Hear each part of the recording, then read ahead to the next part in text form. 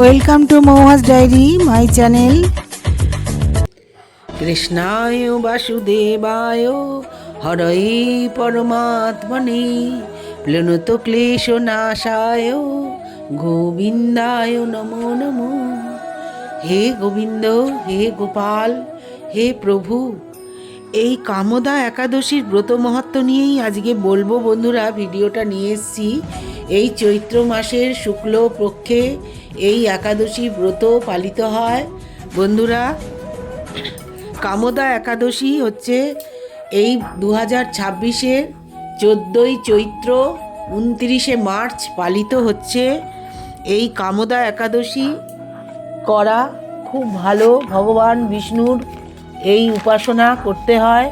13ই চৈত্র দিবা 10টা 27 হইতে 14ই চৈত্র দিবা 8টা 51 পর্যন্ত কামদা একাদশী। এই 14ই চৈত্র 29শে মার্চ কামদা একাদশী পালিত হবে। মহারাজ যুধিষ্ঠির বলেন, হে বাসুদেব, আপনি কৃপা করে আমার কাছে এই কামদা একাদশীর মহিমা কীর্তন করুন। চৈত্র মাসের শুক্ল পক্ষে কামদা একাদশীর ব্রত মাহাত্ম্য বরাহ পুরাণে বর্ণিত আছে। জেনে নেওয়া যাক এর ব্রত মাহাত্ম্য। মহারাজ যুধিষ্ঠির বলেন, হে বাসুদেব, আপনি কৃপা করে আমার কাছে কামদা একাদশীর মহিমা কীর্তন করুন। শ্রীকৃষ্ণ বলেন, হে মহারাজ, এই একাদশী ব্রত সম্পর্কে এক বিচিত্র কাহিনী বর্ণনা করছি। আপনি এক মনে তা শ্রবণ করুন। পূর্বে মহর্ষি বশিষ্ঠ মহারাজ দিলীপের কৌতূহল নিবারণের জন্যে এই ব্রতকথা কীর্তন করেছিলেন। ঋষি বশিষ্ঠ বলেন, হে মহারাজ, কামদা একাদশী তিথি পাপনাশক ও পুণ্যদায়িনী। পূর্বে মনোরম নাগপুরে নিজ নির্মিত গৃহে বিষধর নাগেরা বাস করত।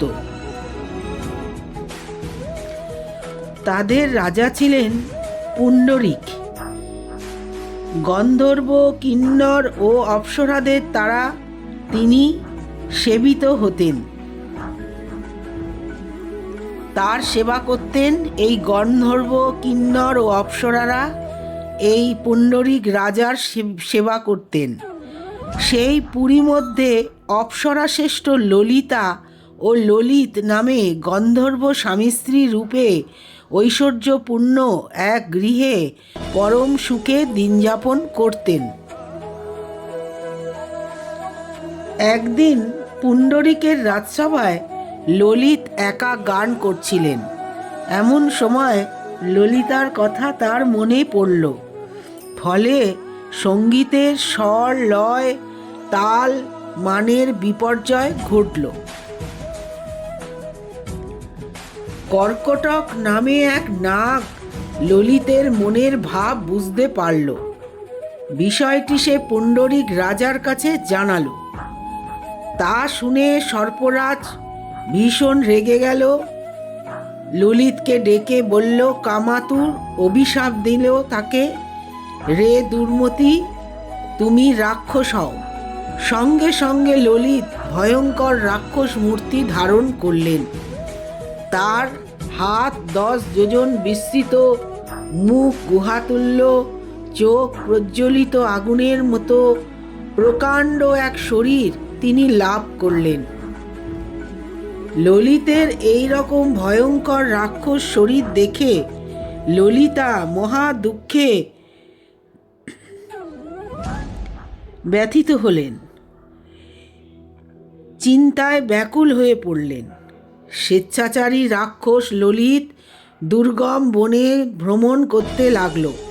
ললিতা কিন্তু তার সঙ্গ ত্যাগ করলেন না। ললিত নির্দয়ভাবে মানুষ ভক্ষণ করত। এই পাপের ফলে তার মনে বিন্দুমাত্র শান্তি ছিল না। পতির সেই দুরবস্থা দেখে ব্যথিত চিত্তে কাঁদতে কাঁদতে ললিতা গভীর বনে প্রবেশ করলেন। কত সুখে থাকছিল তারা, ললিত আর ললিতা। দুজনে স্বামী স্ত্রী। এই পুণ্ডরিক রাজার অভিশাপে এই ললিত এই পিশাচ রূপ ধারণ করাতে ললিতা ভীষণ কষ্টের মধ্যে কাঁদতে লাগলো আর গভীর বনে প্রবেশ করলেন। একদিন ললিতা বিন্ধ্য পর্বতে উপস্থিত হলেন। সেখানে ঋষ্যশৃঙ্গ মুনির আশ্রম দর্শন করে মুনির কাছে হাজির হলেন। তাকে প্রণাম করে সেখানে দাঁড়িয়ে রইলেন। মুনিবর জিজ্ঞাসা করলেন, হে সুন্দরী, তুমি কে, কার কন্যা, কি কারণেই বা এই গভীর বনে এসেছ? উত্তরে ললিতা বললেন, হে প্রভু, আমি বীরধন্যা গন্ধর্বের কন্যা, আমার নাম ললিতা। আমার পতির পিশাচত্ব দূর হয় এমন কোনো উপায় জানবার জন্যে এখানে আমি এসেছি।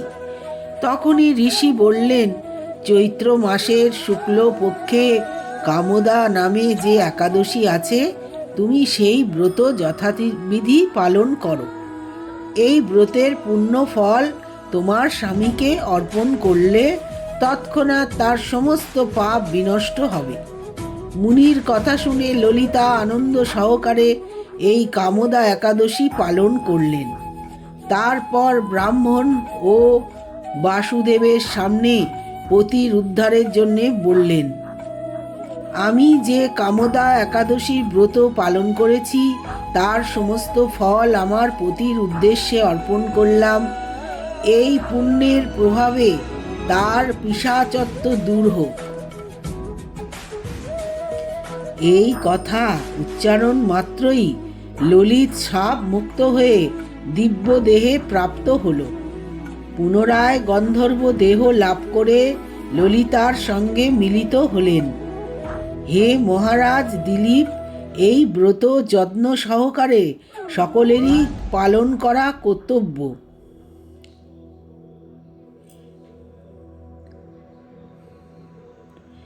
এই ব্রত ব্রহ্ম হত্যা, পাপ বিনাশক এবং পিশাচত্ব মোচনকারী।